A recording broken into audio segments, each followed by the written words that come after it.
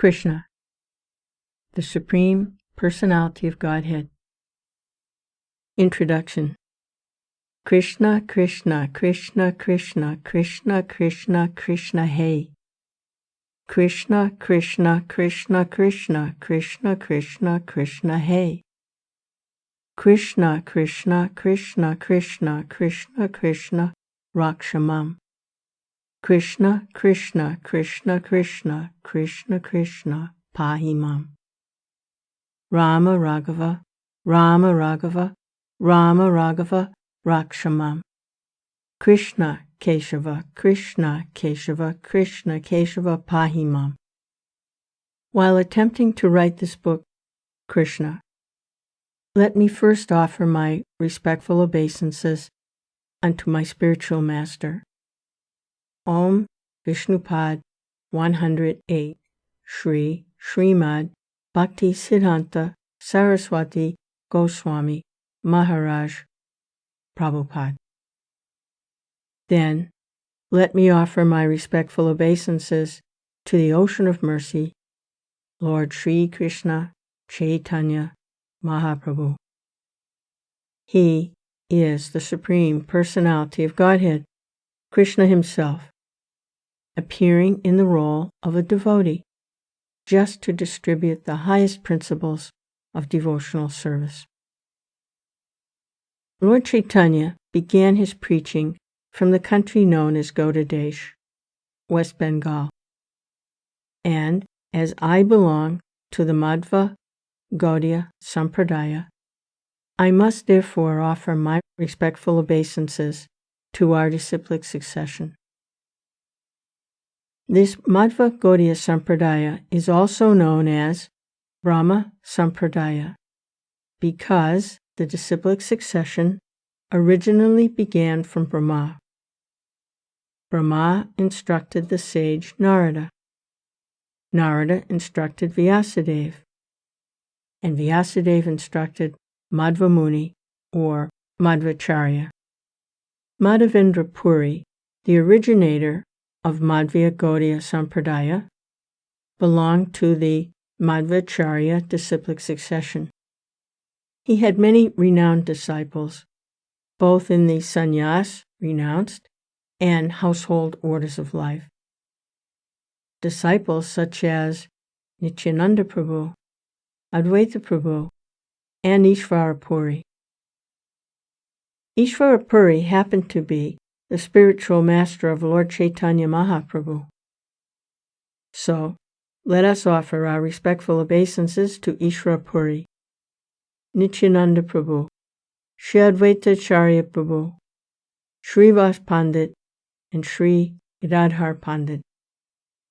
Next, let us offer our respectful obeisances to Swarup Damodar, who acted as the private secretary to Lord Chaitanya Mahaprabhu. And let us offer our respectful obeisances to Sri Vasudev Dutt and the constant attendant of Lord Chaitanya, Sri Govinda, and the constant friend of Lord Chaitanya, Mukunda, and also to Murari Gupta. And let us offer our respectful obeisances to the 6 Goswamis of Vrindavan, Sri Rupa Goswami, Sri Sanatan Goswami, Sri Raghunath Bhatt Goswami, Sri Gopal Bhatt Goswami, Sri Jiva Goswami, and Sri Raghunath Das Goswami. Krishna himself has explained in the Bhagavad Gita that he is the Supreme Personality of Godhead. Wherever there are discrepancies in the regulative principles of man's religious life and a prominence of irreligious activities, he appears on this earthly planet. In other words, when Lord Sri Krishna appeared, there was a necessity of minimizing the load of sinful activities accumulated on this planet, or in this universe. For affairs of the material creation, Lord Mahavishnu, the plenary portion of Krishna, is in charge. When the Lord descends, the incarnation emanates from Vishnu. Mahavishnu is the original cause of material creation. and from him Garbhodakshaya Vishnu expands, and then Kshirodakshaya Vishnu. Generally, all the incarnations appearing within this material universe are plenary expansions from Kshirodakshaya Vishnu. Therefore, the business of minimizing the overload of sinful activities on this earth does not belong to the Supreme Personality of Godhead, Krishna himself. But when Krishna appears, all the Vishnu expansions also join with him. Krishna's different expansions, namely Narayana, the quadruple expansion of Vasudeva, Sankarshan, Pradyumna, and Aniruddha, as well as the partial plenary expansion of Matsya, or the incarnation of fish, and other Yuga avatars, incarnations for the millennium, and the Manvantar avatars, the incarnations of Manus, all combine together and appear with the body of Krishna, the Supreme Personality of Godhead. Krishna is the complete whole, and all plenary expansions and incarnations always live with him. When Krishna appeared, Lord Vishnu was also with him. Krishna actually appears to demonstrate his Vrindavan pastimes and to attract the fortunate conditioned souls and invite them back home, back to Godhead. The killing of the demons was simultaneous to his Vrindavan activities and was carried out only by the Vishnu portion of Krishna. In the Bhagavad Gita, 8th chapter, 20th verse, it is stated that there is another eternal nature, the spiritual sky, which is transcendental to this manifested and non-manifested matter. The manifested world can be seen in the form of many stars and planetary systems, such as the sun, moon, etc. But beyond this, there is a non-manifested portion which is not approachable to anyone in this body. And beyond that non-manifested matter, there is the spiritual kingdom. That kingdom is described in the Bhagavad Gita as supreme and eternal. It is never annihilated. This material nature is subjected to repeated creation and annihilation. But that part, the spiritual nature, remains as it is eternally. The supreme abode of the personality of Godhead, Krishna, is also described in the Brahma Samhita as the abode of Chintamani. That abode of Lord Krishna, known as Goloka Vrindavan, is full of palaces made of touchstone. There the trees are called desire trees, and the cows are called Sarabi. The Lord is served there by hundreds and thousands of goddesses of fortune. His name is Govinda, the primeval Lord, and he is the cause of all causes. There the Lord plays his flute, his eyes are like lotus petals, and the color of his body is like that of a beautiful cloud. On his head is a peacock feather.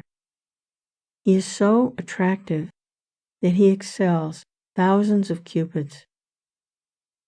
Lord Krishna gives only a little hint in the Gita of his personal abode, which is the supermost planet in the spiritual kingdom. But in the Srimad Bhagavatam, Krishna actually appears with all his paraphernalia and demonstrates his activities in Vrindavan, then at Mathura, and then at Dwarka. The subject matter of this book will gradually reveal all these activities. The family in which Krishna appeared is called the Yadu Dynasty. This Yadu Dynasty belongs to the family descending from Soma, the god in the moon planet.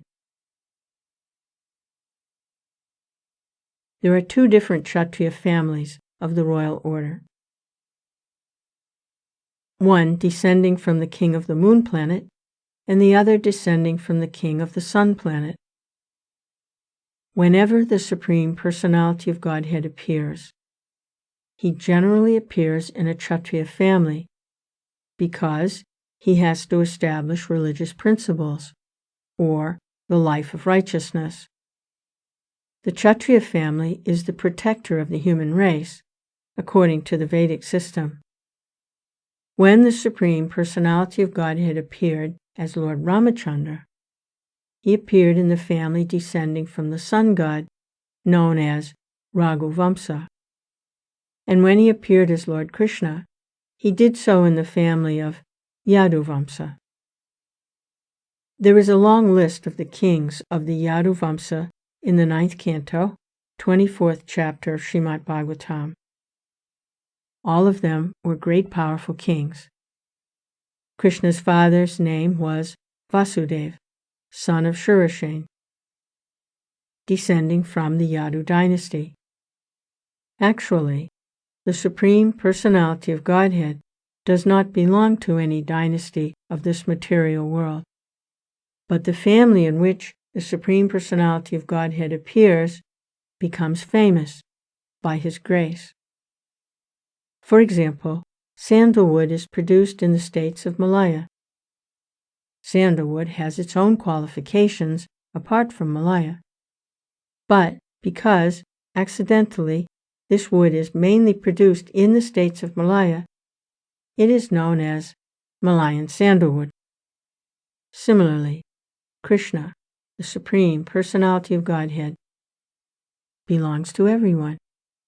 But just as the sun rises from the east, although there are other directions from which it could rise, so, by his own choice, the Lord appears in a particular family, and that family becomes famous. When Krishna appears, all his plenary expansions also appear with him. Krishna appeared along with Balaram, Baladev, who is known as his elder brother. Balaram is the origin of Sankarshan, of the quadruple expansion. Balaram is also the plenary expansion of Krishna. In this book, the attempt will be made to show how Krishna appeared in the family of the Yadu Dynasty and how he displayed his transcendental characteristics. This is very vividly described in the Srimad Bhagavatam, specifically the 10th canto, and the basis of this book will be Srimad Bhagavatam. The pastimes of the Lord are generally heard and relished by liberated souls.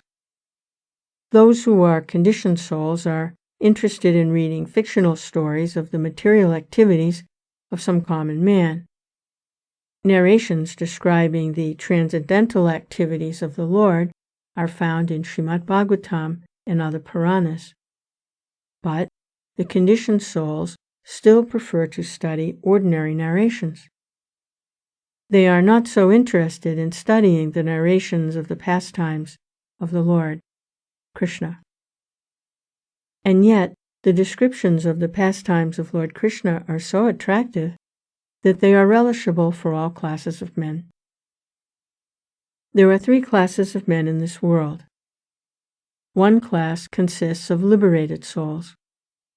Another consists of those who are trying to be liberated. And the third consists of materialistic men. Whether one is liberated, or is trying to be liberated, or is even grossly materialistic, the pastimes of Lord Krishna are worth studying. Liberated souls have no interest in materialistic activities. The impersonalist theory that after liberation one becomes inactive and needs hear nothing does not prove that a liberated person is actually inactive. A living soul cannot be inactive. He is either active in the conditioned state or in the liberated state. A diseased person, for example, is also active, but his activities are all painful. The same person, when freed from the diseased condition, is still active, but in the healthy condition, the activities are full of pleasure. Similarly, the impersonalists manage to get freed from the diseased conditional activities, but they have no information of activities in the healthy condition. Those who are actually liberated and in full knowledge take to hearing the activities of Krishna. Such engagement is pure spiritual activity. It is essential for persons who are actually liberated to hear about the pastimes of Krishna. That is the supreme, relishable subject matter for one in the liberated state. Also, if persons who are trying to be liberated hear such narrations as Bhagavad Gita and Srimad Bhagavatam, then their path of liberation becomes very clear. Bhagavad Gita is the preliminary study of Srimad Bhagavatam. By studying the Gita, one becomes fully conscious of the position of Lord Krishna. And when he is situated at the lotus feet of Krishna, he understands the narrations of Krishna as described in the Srimad Bhagavatam. Lord Chaitanya has therefore advised his followers that their business is to propagate Krishna-katha. Krishna-katha means narrations about Krishna. There are two Krishna-kathas: narrations spoken by Krishna and narrations spoken about Krishna. Bhagavad Gita is the narration or the philosophy or the science of God spoken by Krishna himself. Srimad Bhagavatam is the narration about the activities and transcendental pastimes of Krishna. Both are Krishna-katha. It is the order of Lord Chaitanya that Krishna-katha should be spread all over the world, because if the conditioned souls suffering under the pangs of material existence take to Krishna-katha, then their path of liberation will be open and clear. The purpose of presenting this book is primarily to induce people to understand Krishna, or Krishna-katha, because thereby they can become freed from material bondage. This Krishna-katha will also be very much appealing to the most materialistic persons, because Krishna's pastimes with the gopis, cowherd girls, are exactly like the loving affairs between young boys and girls within this material world. Actually, the sex feeling found in human society is not unnatural, because this same sex feeling is there in the original personality of Godhead. The pleasure potency is called Srimati Radharani. The attraction of loving affairs on the basis of sex feeling is the original feature of the Supreme Personality of Godhead, and we, the conditioned souls, being part and parcel of the Supreme, have such feelings also, but they are experienced within a perverted, minute condition. Therefore, when those who are after sex life in this material world hear about Krishna's pastimes with the gopis, they will relish transcendental pleasure, although it appears to be materialistic. The advantage will be that they will gradually be elevated to the spiritual platform. In the Bhagavatam it is stated that if one hears the pastimes of Lord Krishna with the gopis, from authorities with submission, then he will be promoted to the platform of transcendental loving service to the Lord, and the material disease of lust within his heart will be completely vanquished. In other words, it will counteract the material sex life. Krishna will be appealing to the liberated souls and to persons who are trying to be liberated, as well as to the gross, conditioned materialist. According to the statement of Maharaja Pariksit, who heard about Krishna from Sukadeva Gosvami, Krishna-katha is equally applicable to every human being. in whatever condition of life he is in. Everyone will appreciate it to the highest magnitude. But Maharaja Pariksit also warned that persons who are simply engaged in killing animals and in killing themselves may not be very much attracted to Krishna-katha. In other words, ordinary persons who are following the regulative moral principles of scriptures, no matter in what condition they are found, will certainly be attracted, but not persons who are killing themselves. The exact word used in the Srimad Bhagavatam is pashugna, which means killing animals or killing oneself. Persons who are not self-realized and who are not interested in spiritual realization are killing themselves. They are committing suicide. Because this human form of life is especially meant for self-realization, by neglecting this important part of his activities, one simply wastes his life like the animals. So, he is pashugna. The other meaning of the word refers to those who are actually killing animals. This means persons who are animal eaters, even dog eaters, and they are all engaged in killing animals in so many ways, such as hunting, opening slaughterhouses, etc. Such persons cannot be interested in Krishna-katha. King Pariksit was especially interested in hearing Krishna-katha because he knew that his forefathers, and particularly his grandfather Arjuna, were victorious in the great battle of Kurukshetra only because of Krishna. We may also take this material world as a battlefield of Kurukshetra. Everyone is struggling hard for existence in this battlefield, and at every step there is danger. According to Maharaja Pariksit, the battlefield of Kurukshetra was just like a vast ocean of dangerous animals. His grandfather Arjuna had to fight with such great heroes as Bhishma, Drona, Karna, and many others who were not ordinary fighters. Such warriors have been compared to the Timingila fish in the ocean. The Timingila fish can very easily swallow up big whales. The great fighters on the battlefield of Kurukshetra could swallow many Arjunas very easily. But simply due to Krishna's mercy, Arjuna was able to kill all of them.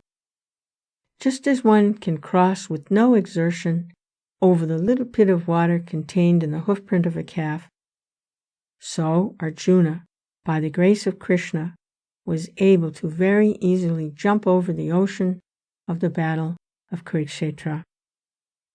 Maharaja Pariksit very much appreciated Krishna's activities for many other reasons. Not only was his grandfather saved by Krishna, but he himself also was saved by Krishna.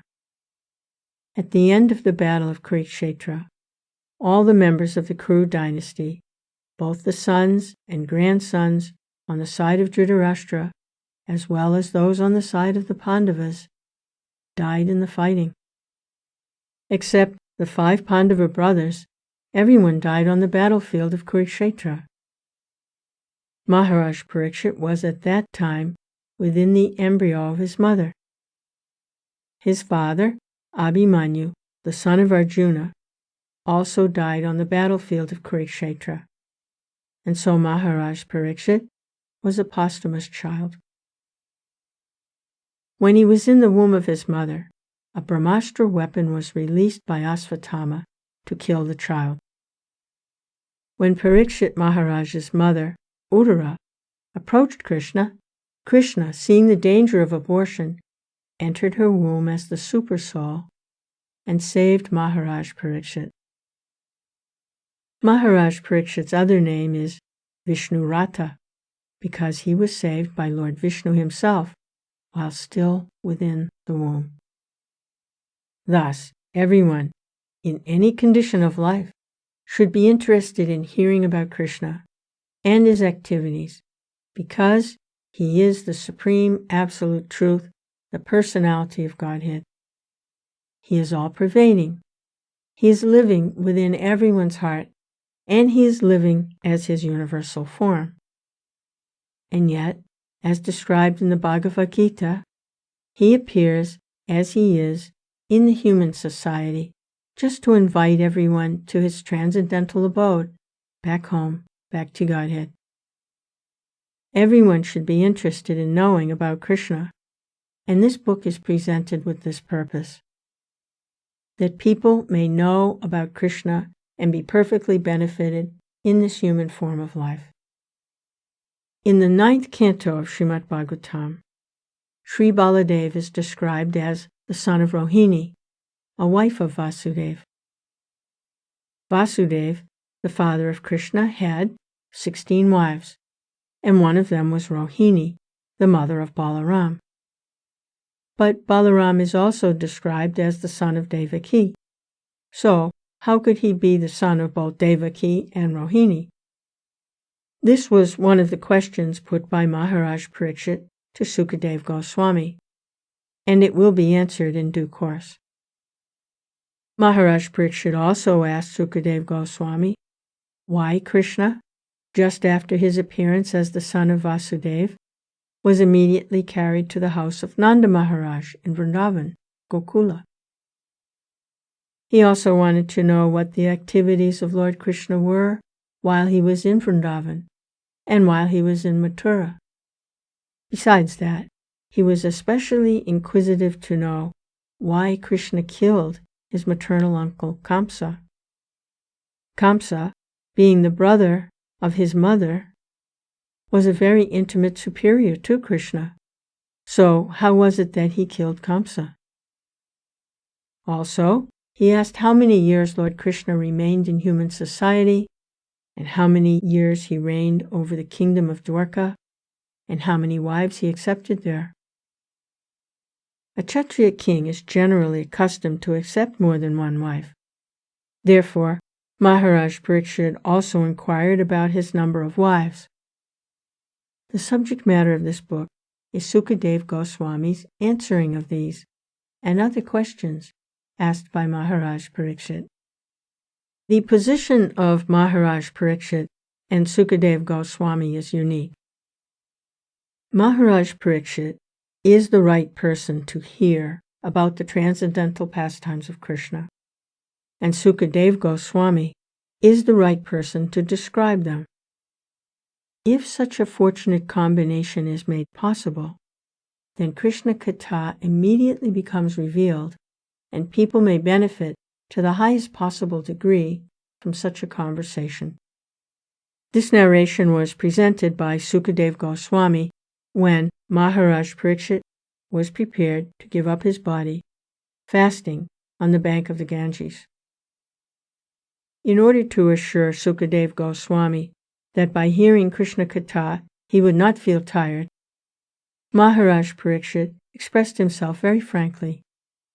Quote, "Hunger and thirst may give trouble to ordinary persons or to me, but the topics of Krishna are so nice that one can continue to hear about them without feeling tired, because such hearing situates one in the transcendental position."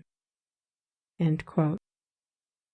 It is understood that one must be very fortunate to hear about Krishna-katha seriously, like Maharaj Pariksit.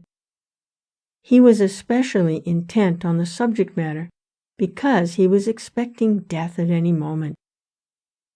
Every one of us should be conscious of death at every moment.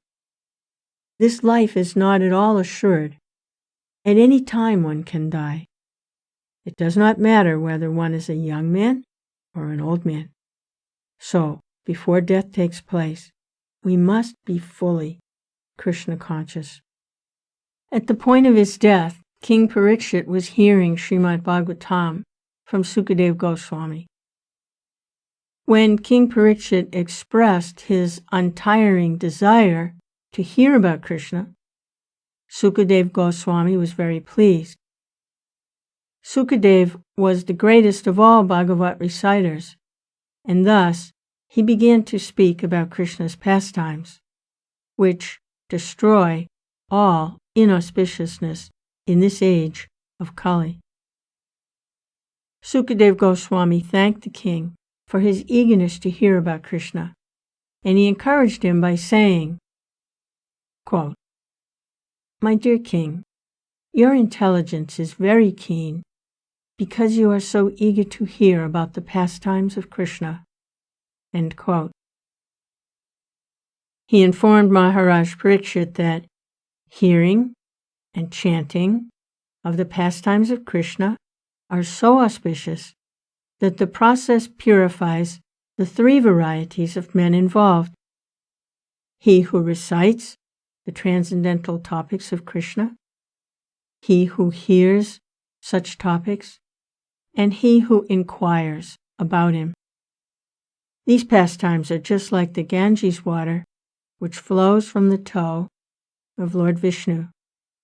They purify the three worlds, the upper, middle, and lower planetary systems.